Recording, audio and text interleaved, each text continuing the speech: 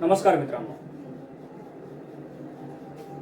कालच्या तासिकेत आपण इंग्रजी विषयाची अकारिक चाचणी स्क्रीनवर सोडवून पाहिली, समजून घेतली. आजच्या तासिकेत आपण मराठी विषयाची अकारिक चाचणी या ठिकाणी सोडवून पाहणार आहोत. आता थोडंसं स्क्रीनवर मराठी विषयाचं सोडवून दाखवणं थोडंसं अवघड जात होतं, त्यामुळे मी बोर्डवर काही प्रश्न आणि काही स्क्रीनवरही अशा पद्धतीनं दोन्ही माध्यमातून ही चाचणी सोडून देण्याचा प्रयत्न करणार आहे. तर आपण मराठी विषयाची चाचणी सोडवत असताना पहिला प्रश्न जो तुम्हाला दिलेला आहे त्या पहिल्या प्रश्नापासून सुरुवात करूया. तुमच्या मोबाईल मध्ये देखील ती चाचणी आहे, तुम्ही पाहू शकता. पहिला प्रश्न तुम्हाला असा दिलेला आहे, खालील प्रश्न सोडवा. त्यात अ दिलेलं आहे, फुलाप्रमाणे आणखी कशाचा सुगंध पसरतो ते लिही. पहिला प्रश्न दिलेला आहे, फुलाप्रमाणे आणखी कशाचा सुगंध पसरतो ते लिही. तर त्याचं उत्तर आहे, फुलाप्रमाणे फुलपाखराचा सुगंध पसरतो. फुलपाखरे या कवितेमध्ये तुम्हाला ह्याचं उत्तर आढळून येईल. फुलाप्रमाणे फुलपाखराचा सुगंध पसरतो हे या प्रश्नाचं उत्तर आहे. पुढचा ब प्रश्न दिलेला आहे, खालील चित्रात दिसणाऱ्या खेळण्यांची नावे लिही. तुम्हाला स्क्रीनवर तुमच्या ती प्रश्नपत्रिका दिसत असेल, त्या ठिकाणी ते चित्र पण दिसत आहे, बरोबर आहे. तर तिथं पाहायचंय, खालील चित्रात दिसणाऱ्या खेळण्यांची नावे लिही. त्या चित्रामध्ये जी खेळणी आहेत त्यांचा उल्लेख मी या ठिकाणी या बोर्डवर केलेला आहे. त्या चित्रात आपल्याला रॅकेट, फुटबॉल, मोटार, रॉकेट, आकार खेळणे, clay work, bat ball, ludo, hockey stick, table tennis racket आणि शटल कॉक हे आपल्याला काय त्या ठिकाणी दिसून येते. पहा, रॅकेट, फुटबॉल, मोटार, रॉकेट, आकार खेळणे, clay work, bat ball, ludo, hockey stick, table tennis racket, shuttlecock. ज्यावेळेस आपण रॅकेटचा जो उल्लेख केला त्याला अनुसार ज्यावेळेस आपण खेळत असतो त्या रॅकेट सोबत, त्यावेळेस ते कॉक त्या ठिकाणी असतं, त्याला आपण मराठीत फूल देखील म्हणतो. पहा, तर ते शटल कॉक. तर अशा पद्धतीने आपण त्या खेळण्यांची नावं लिहिलेली आहेत. पहिला प्रश्न, फुलाप्रमाणे आणखी कशाचा सुगंध पसरतो ते लिही.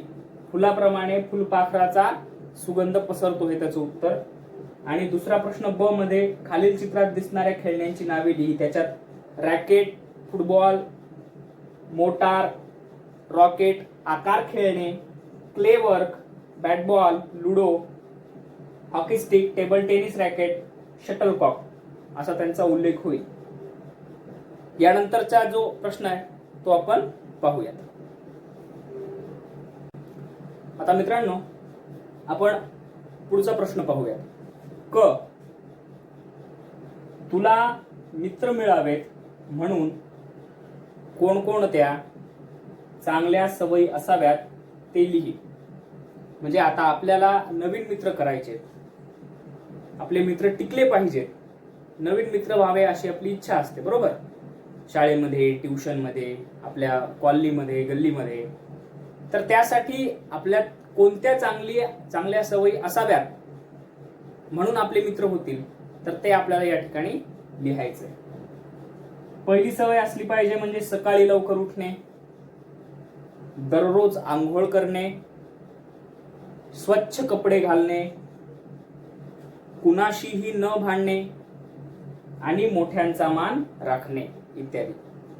म्हणजे तुम्ही जर लवकर सकाळी उठत असाल तर काही जणांचे ट्युशन पण सकाळी असतात, पहा, बरोबर. शाळा देखील बऱ्याच ठिकाणी सकाळी असतात, 7 वाजता वगैरे.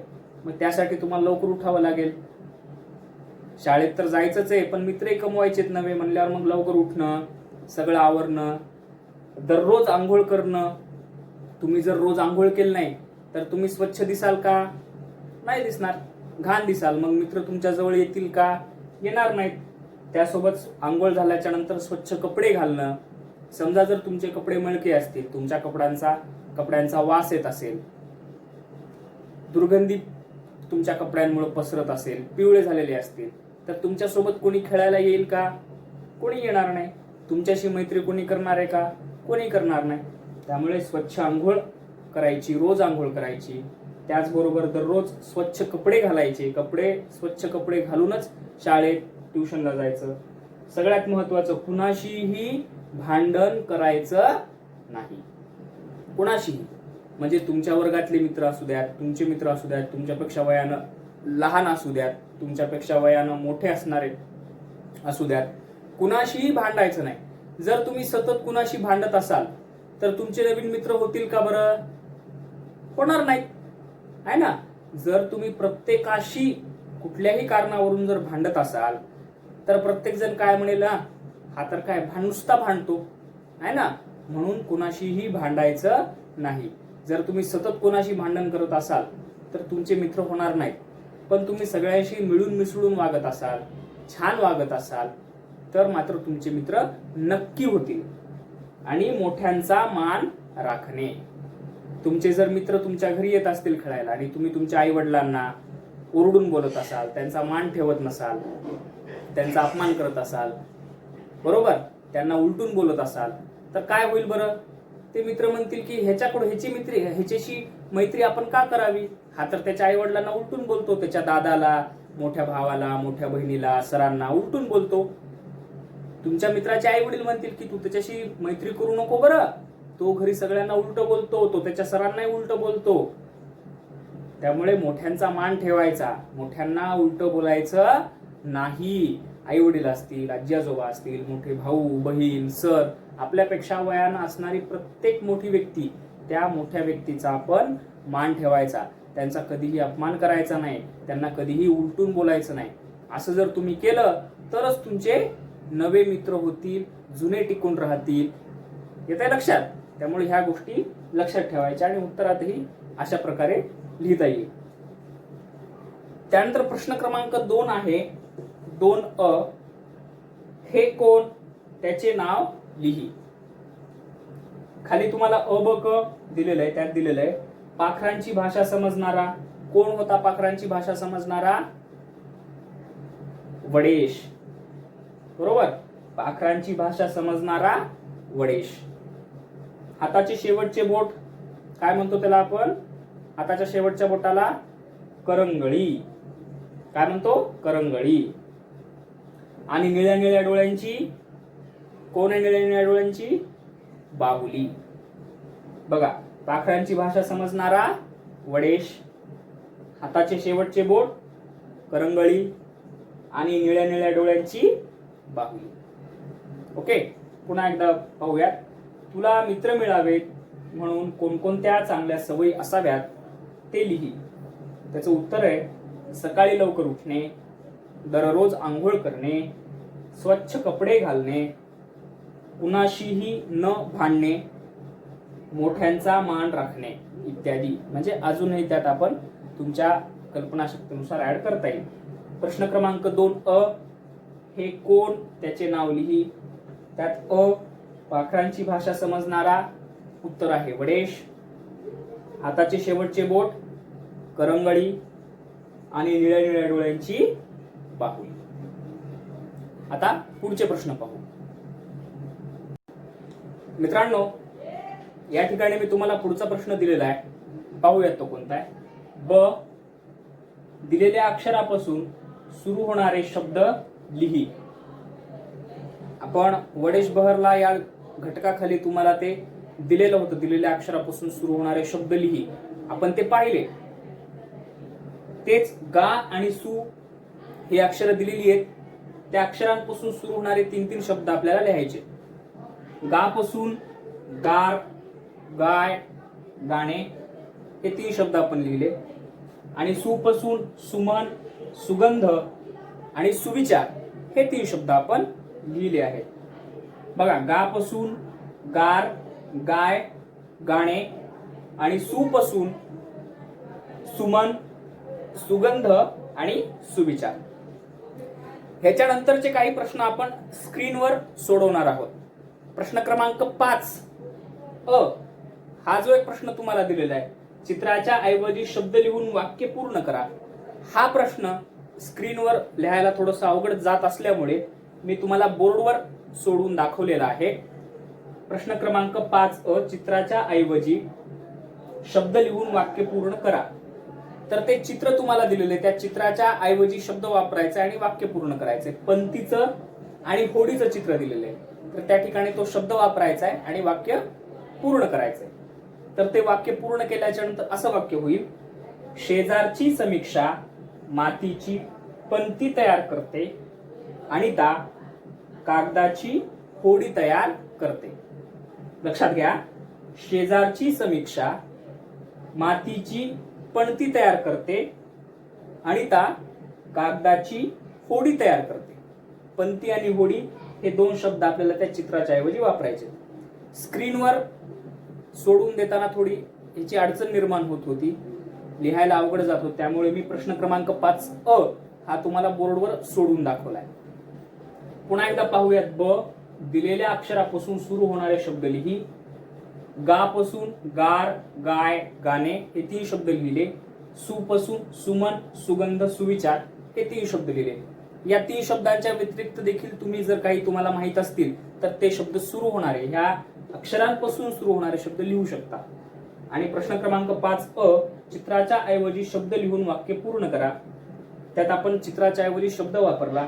शेजारची समीक्षा मातीची पंक्ती तयार करते आणि ता कागदाची होडी तयार करते. आणि उर्वरित जे प्रश्न आहेत ते आपण आता स्क्रीनच्या माध्यमातून सोडवूयात.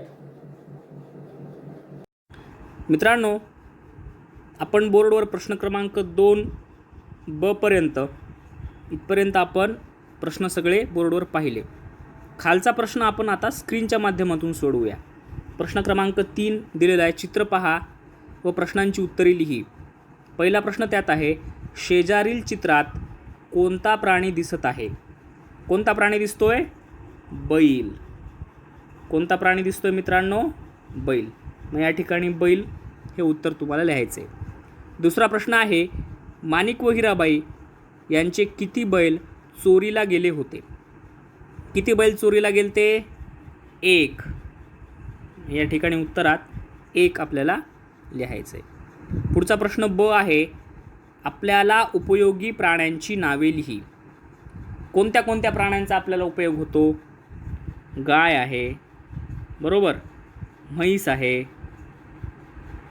बैल आहे, कुत्रा आहे, शेळी आहे, बरोबर. गाय, म्हैस, बैल, कुत्रा, शेळी ह्या प्राण्यांचा आपल्याला उपयोग होतो. यांची नावं आपल्याला या ठिकाणी लिहायची आहेत.